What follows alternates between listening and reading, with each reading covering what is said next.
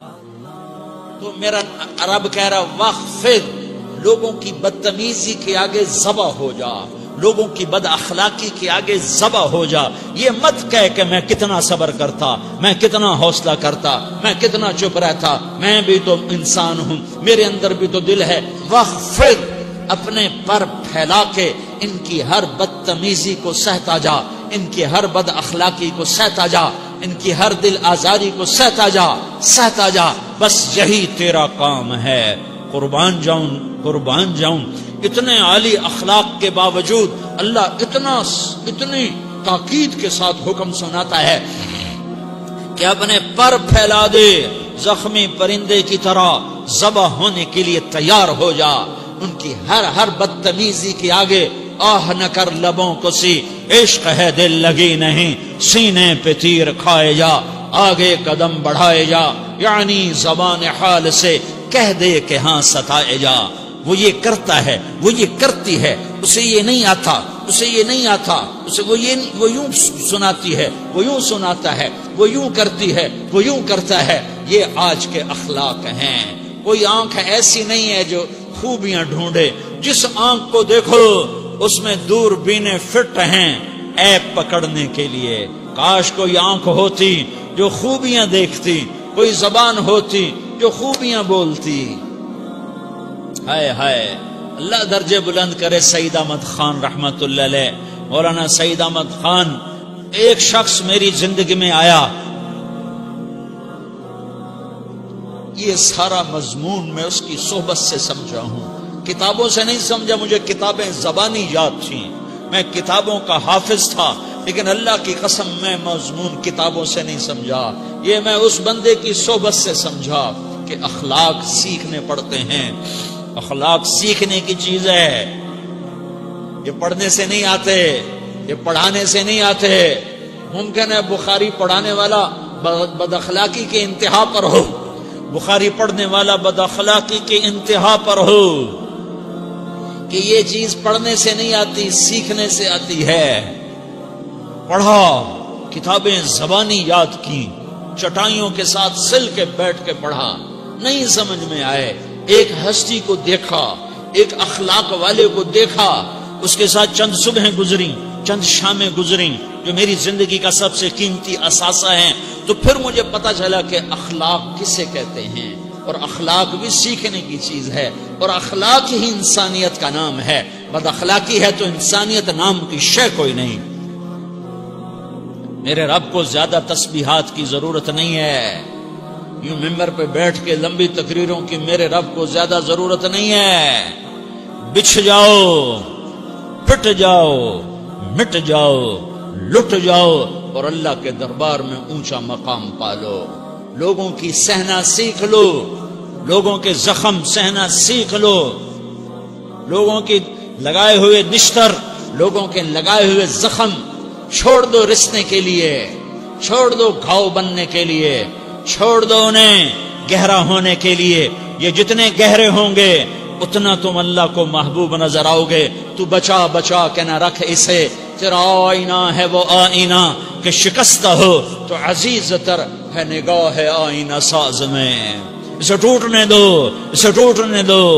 توڑنے والوں کو کہہ دو آ جاؤ ادھر آ ستمگر، ہنر آزمائیں تو تیر آزما، ہم جگر آزمائیں.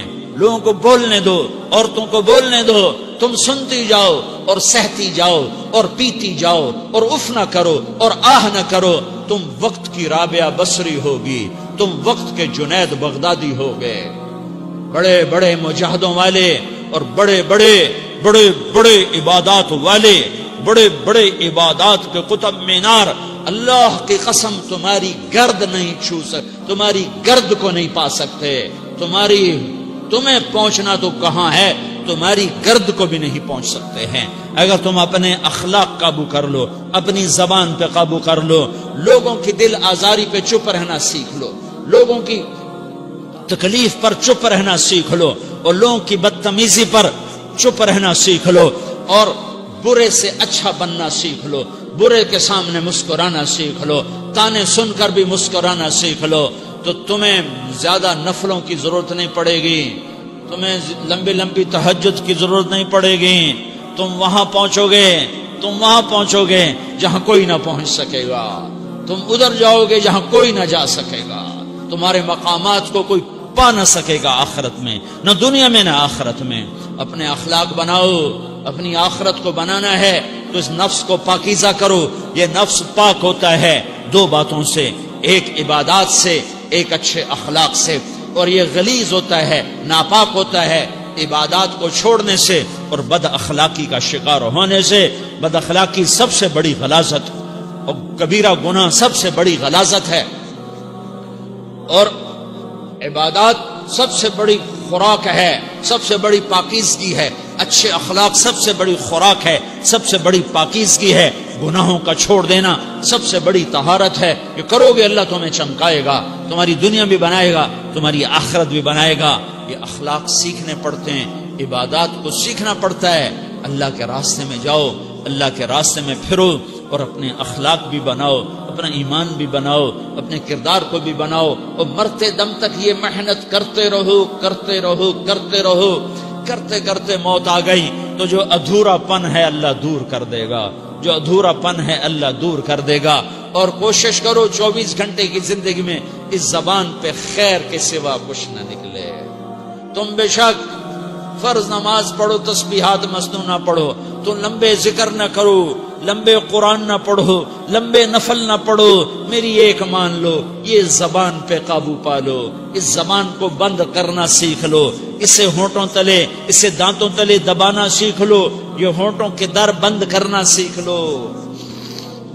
یہ مدرسے کے طلبہ نظر آ رہے ہیں، ان کو شیطان کوئی دعوت دے گا شراب پیو، ان کو کوئی شیطان دعوت دے گا کہ جوا کھیلو، ان کو دعوت دے گا غیبت کرو، ان کو دعوت دے گا فلاں کی برائی کرو، ان کو دعوت دے گا اس کے عیب ڈھونڈو اور اس کو چسکے لے کر بیان کرو. یہ اس گناہ کی مار دیتا ہے، اس میں ایسی مار دیتا ہے کہ نمازیں صاف ہو جاتی ہیں، عبادات صاف ہو جاتی ہیں، علم صاف ہو جاتا ہے، تبلیغ صاف ہو جاتی ہے.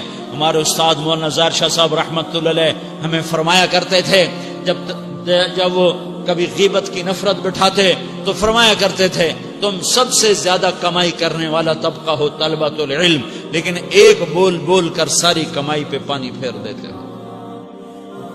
تو میرے بھائیوں چاہے دین والے ہو چاہے دنیا والے ہو، مدرسے والے ہو کالج والے ہو، ایک عبادت کو بناؤ، ایک اپنے اخلاق کو بناؤ تو اللہ تمہارے ساتھ ہے. دنیا بھی تمہاری ہے، آخرت بھی تمہاری ہے. اگر اللہ کو ساتھ نہ لیا اور اس نفس کو پاکیزہ نہ کیا تو یہ جہان بھی برباد ہے، اگلا بھی برباد ہے. اسے پاک کرنے کی نیت آج سے نیت کرو کہ اسے انشاءاللہ پاک کرنے کی کوشش کریں گے.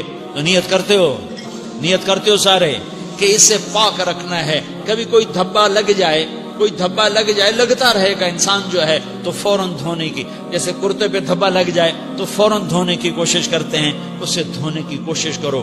آنسوؤں کا پانی بس بڑے سے بڑے داغ کو دھونے کے لیے آنسوؤں کا پانی چاہیے، اور زیادہ پانی بھی نہیں چاہیے. ایک مکھی کے سر کے برابر تمہاری آنکھوں کے کٹوروں میں آنسو تیر گیا جو صرف تمہارے اندر کو تر کر گیا، باہر نہ نکل سکا.